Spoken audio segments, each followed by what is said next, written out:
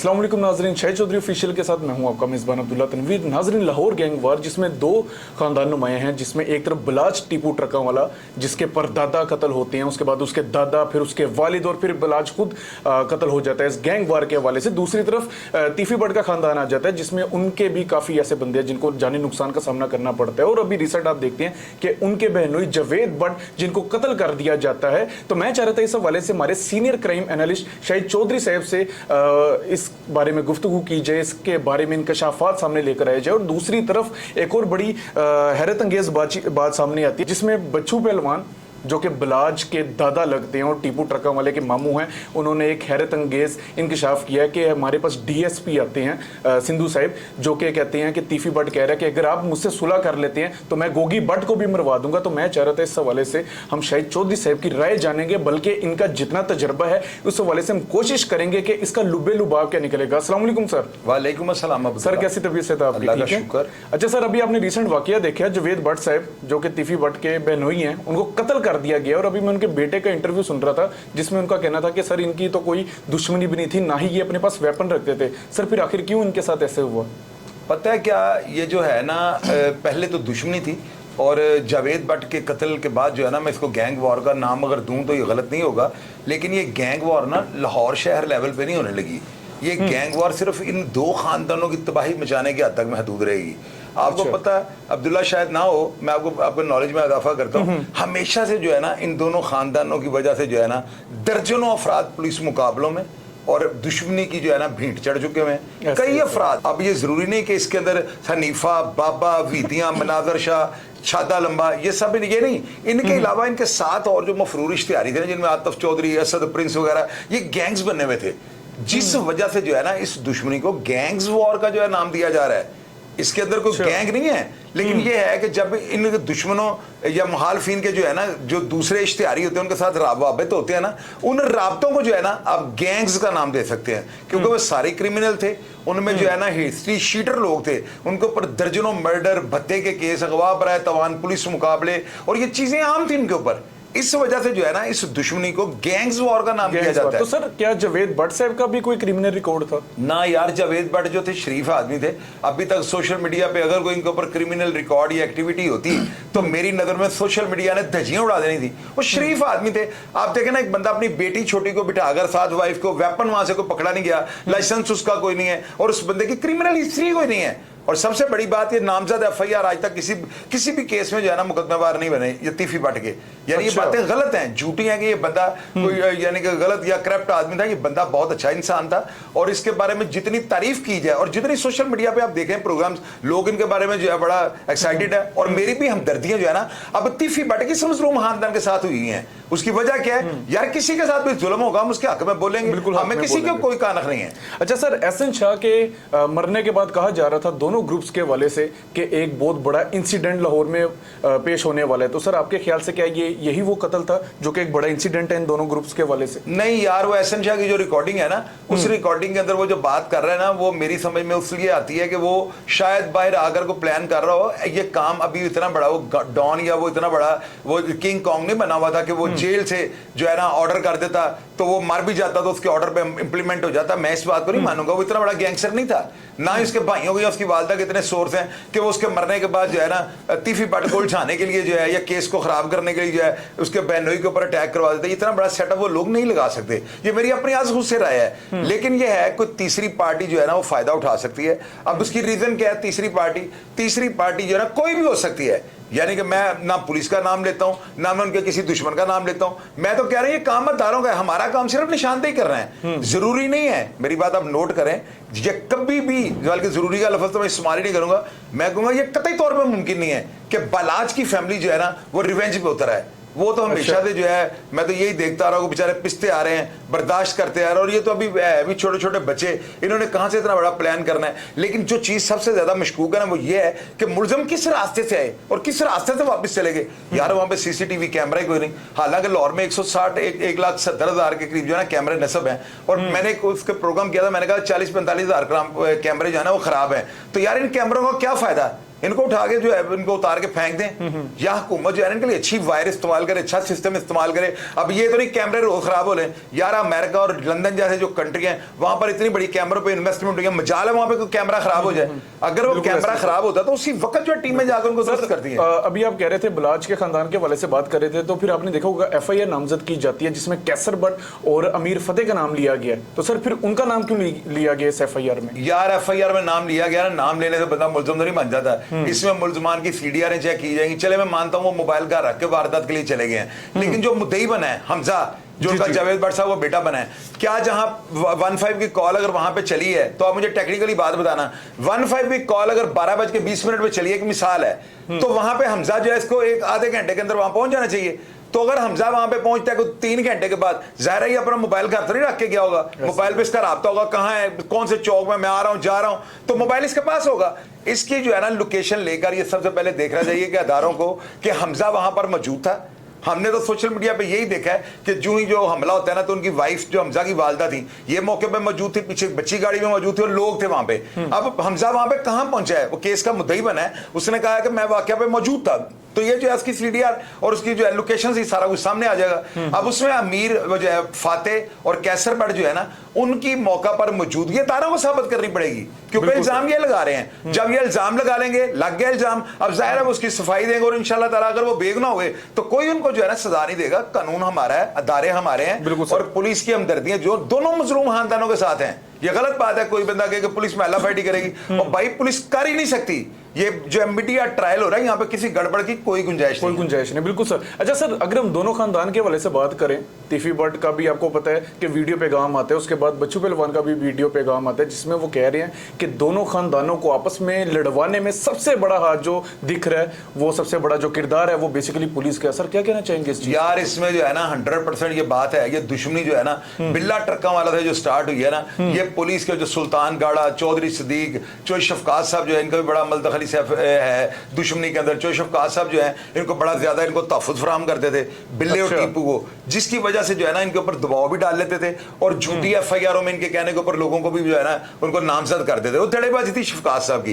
Police के अफसरान ने बिल्कुल ये आग जलाई, दुकानें उन्होंने अपनी उठाई, शटर उठाए, पानी लगाकर छठे हुए बैठ गए और पुलिस अफसरान ने ये दुश्मनी खत्म नहीं होने दी। लेकिन अब्दुल्ला अब जो हो रहा है ना, अब मेरी बात नोट कर रहे हैं ना, ये पढ़े लिखे सीएसपी ऑफिसर हैं, ये जो है ये डायरेक्ट एएसपी भर्ती हुए हैं, एसपी भर्ती हुए हैं, और इनमें जो है ना वो धड़ेबंदियों की या इन चीजों की गुंजाइश 1% भी नहीं है। ये अफसर। और दूसरी बात अभी डिजिटल टेक्नोलॉजी है, हम लोग जो है यूट्यूबर हम छोड़ेंगे किसी बात को? ऐसा हो ही नहीं सकता। बिलाल सिद्दीक कमियाना को मैं जानता हूँ, जबरदस्त ऑनेस्ट पुलिस ऑफिसर हैं। उसके अलावा इमरान किश्वर साहब, उनकी कारकर्दगी से मैं मुतमिन हूँ। फिर आप देख लें हमारे फैसल कामरान साहब, यार ये डेड ऑनेस्ट नहीं बल्कि महकमा पुलिस की काला तरीन मिसाल है। और आईजी पंजाब जो कर रहे हैं, आपको खुद अंदाजा है कि उन्होंने पुलिस को फ्री हैंड दिया हुआ है, तो यार क्यों ना दें? मुझे आप ये बताएं, अगर वो इनको कारकर्दगी ना दिखाने के लिए जोर डालें और इनको फ्री हैंड ना दें, तो ये मुलजमान जो इनको धेड़ कर रखते पुलिस वालों को, वो पुलिस वालों को क्या समझेंगे? मुझे मतलब जो पहले के जो पुलिस अफसरान थे उन्होंने वाकई कोशिश की थी, लेकिन अब के जो पुलिस अफसरान है वो बिल्कुल साफ तरीके से अपना काम कर। यार अब्दुल्ला आप कर ही नहीं सकते, आप ये क्वेश्चन मार्क वाली बात ना करें, अभी कर ही नहीं सकते। डिजिटल टेक्नोलॉजी है यार, यहाँ पे माफिया है ही नहीं। ये यूट्यूबर वित्तों के अंदर घुस जाते हैं, अंदर की बात निकाल के अफवाह जो है वो भी बयान कर देते हैं। यहाँ पर जो है ना इस तरह की बात बयान थी, वो पुलिस अफसरान वाली जो रवायात है जो पुरानी जो थी, हुक्के लेके थाने में बैठे होते थे। अभी तो मेरा ख्याल है महकमा पुलिस में हुक्के की गुंजाइश ही नहीं है। मैं नहीं मानता कि थाने में किसी पुलिस वाले की इतनी जरूरत होगी वो हुक्के रख के पीने शुरू हो चुके हैं। पहले पंचायतें लगी होती थानों में, पहले वो कंप्यूटराइज सिस्टम नहीं था, हर चीज जो है सीआर और डेटे, हर चीज। पुलिस के पास हालात कितने हैं अब ये भी देखें। पुलिस जो है ना यहाँ पे किसी को सर नहीं उठाने देगी, बात नोट कर लीजिएगा। अच्छा सर, मुझे एक बात आप बताइएगा, रेड वारंट, मैं चाह रहा हूं कि हमारे नाज़रीन भी जान सके, रेड वारंट जो होता है इसका मकसद क्या होता है, इसका मतलब क्या होता है? यार रेड वारंट जो होते हैं ना, ये किसी भी बंदे को बैरून मुल्क जो किसी पाकिस्तान में किसी बड़े केस में जब मतलूब हो, उसके केस की नोयत को देखते हुए इस्लामाबाद के अंदर इंटरपोल का जो एक अदारा बना हुआ है, वहां पर उनको लेटर लिखना पड़ता है, वो आगे एम्बेसी को भी फॉरवर्ड कर देते हैं, और जिस मुल्क के अंदर वो हमारा इश्तिहारी या वो मुलजम मुजरम जो भी हो, उसको फिर जो है ना पहले देखना पड़ता है कि हमारे जो है इंटरपोल के जो रूल्स हैं, हमारा उस मुल्क के साथ कॉन्ट्रैक्ट है, अगर वो उस मुल्क के साथ हमारा कॉन्ट्रैक्ट है तो वो पाबंद है हमें हमारा मुलजम देने में। लेकिन मेरे तजर्बे के मुताबिक, बल्कि मेरे जराए के मुताबिक, तीफी भट्ट ऑस्ट्रेलिया में और हमारा ऑस्ट्रेलिया के साथ इस तरह का कोई भी कॉन्ट्रैक्ट नहीं है। ये मेरा तजर्बा है। मतलब जो डीआईजी इमरान किशोर साहब ने रेड वारंट निकाले हैं गोगी भट्ट और तीफी भट्ट के हवाले से, तो मतलब गिरफ्तारी फिर इस तरीके से तो अमल में नहीं आएगी। यार वही बात आपको बता रहा हूं ना, अगर तो अब इनको पता लगता है कि तीफी बट ऑस्ट्रेलिया में और ऑस्ट्रेलिया के साथ हमारा इस तरह का जो है वो कोई मुआहदा नहीं हुआ तो वो ऑस्ट्रेलिया में आराम से घूमे, उसको किसी ने भी नहीं पकड़ना। शर्त यह है कि वहां पे वो कोई वायलेशन ना करे, वहां पे वो किसी इशारे को ना तोड़े, कोई ऐसी कोई लड़ाई झगड़ा ना करे, वरना पुलिस जब उसको पकड़ के डिपोर्ट करेगी ना तो आप उसको भी रेड वारंट ही कह सकते हैं, फिर वो बंदा सीधा थाने या जेल जाता है। अच्छा सर, बच्चू पहलवान का आपने बयान सुना होगा जिसमें वो कहते हैं कि हमारे पास डीएसपी तीक सिंधु आते हैं और वो कहते हैं कि तीफी बट कह रहे हैं कि अगर आप मेरे साथ सुलह कर लेते हैं तो गोगी बट को मैं मरवा दूंगा। सर यार ये बात झूठ है, ऐसा हो ही नहीं सकता। वो पता क्या, उनको उनसे कोई मिस्टेक हो गई है या उन्होंने जो है ना, कोई हो सकता है कि बात को थोड़ा सा उन्होंने समझने में गलती की हो। हाजिर ड्यूटी सर्विंग पुलिस ऑफिसर और जो अतीक सिंधु हैं बड़े ऑनेस्ट बहादुर ऑफिसर हैं, मैं इस बात को मैं नहीं मानूंगा कि वो जाके इनको कहें कि जी तीफी बट ने कहा कि जी मैं गोगी बट को मरवा देता हूं तो आप सुलह कर ले मेरे साथ। इस बात में मुझे सदाकत नजर नहीं आती। इस तरह शायद बात की हो कि तीफी बट थे आप चाहता गोगी बट मर जावे, यानी अगले को थोड़ा ठंडा करने के लिए कहो तो वो तो आप चाहता कि गोगी बट मर जाए, मेरे मगरों लथ जाए तो मेरी दुश्मनी जी खत्म होनी चाहिए थी। वो इस बात को सुनने में ना रुख थोड़ा चेंज हो गया, तो वो चूंकि उम्र के बुजुर्ग हैं और वो डेढ़ उम्र है, शायद उनसे बात करते हुए मिस्टेक हो जाए। मैं इस बात को कभी भी नहीं मानूंगा कि एक सर्विंग पुलिस ऑफिसर यार डीएसपी के होते पे वो जाके इस तरह बात करते, उसको नहीं पता बात निकल जानी है तो मेरी इंक्वायरी खुल जाएगी। बिल्कुल सर। अच्छा सर, एक तरफ तो देखा जाए तो जावेद भट्ट को तीफी भट्ट का राइट हैंड भी कहा जाता है, दूसरी तरफ लोग ये भी कह रहे हैं कि हो सकता है कि तीफी भट्ट ने ही इसको मरवाया हो। आप क्या देखते हैं इस चीज को, आप किस एंगल से देख रहे हैं? यार अंडरवर्ल्ड का कोई एतबार नहीं, अंडरवर्ल्ड के लोग जो है ना, अब तीफी भट्ट जो है ना उसने अपने इंटरव्यू में ये कहा था कि मैं अंडरवर्ल्ड से मेरा कोई ताल्लुक नहीं है लेकिन यार उसका नाम जो है ना, जब तक वो बंदा जिंदा है ना, उसको लोग अंडरवर्ल्ड का जो है गॉडफादर या उसको पाकिस्तान का दाऊद इब्राहिम लिखते रहेंगे। उसकी क्रिमिनल एक्टिविटीज इतनी खतरनाक है, इतना वो किरदार मशकूक हो चुका हुआ है कि उस बंदे को जो है ना, मैं खुद शरीफ आदमी तो कह ही नहीं सकता हूं ना। अब आप ये देखें कि अंडरवर्ल्ड के लोग जो है ना, ये किसी भी हद तक जा सकते हैं।